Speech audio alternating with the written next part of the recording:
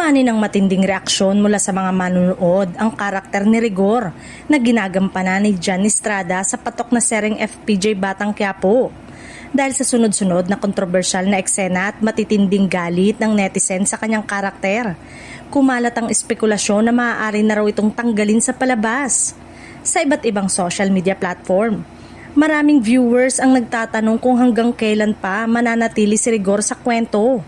May ilan pang nagsasabing sobra na raw ang sama ng karakter kaya dapat na umano itong mawala sa serye. Gayunpaman, nananatiling usap-usapan lamang ang mga ito at walang opisyal na pahayag na nagsasabing tatanggalin na si Jan Estrada. Ayon mismo kay Coco Martin, bida at direktor ng Batang Quiapo, mahalaga ang karakter ni Rigor sa takbo ng storya. Aniya, bahagi ng tagumpay ng serye ang pagkakaroon ng mga karakter na tunay na kinaiinisan at kinaabangan ng mga manunood.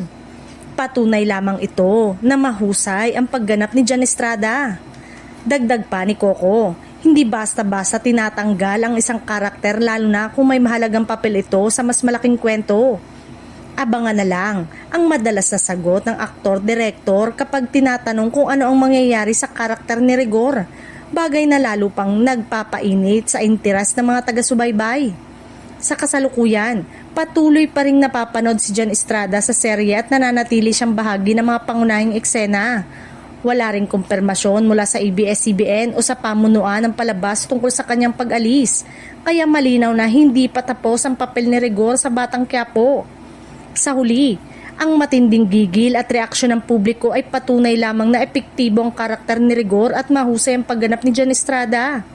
Kung tatanggalin man siya o hindi, isang bagay ang sigurado, patuloy na aabangan ng mga manonood ang susunod na kabanata ng FPJ Batang Quiapo.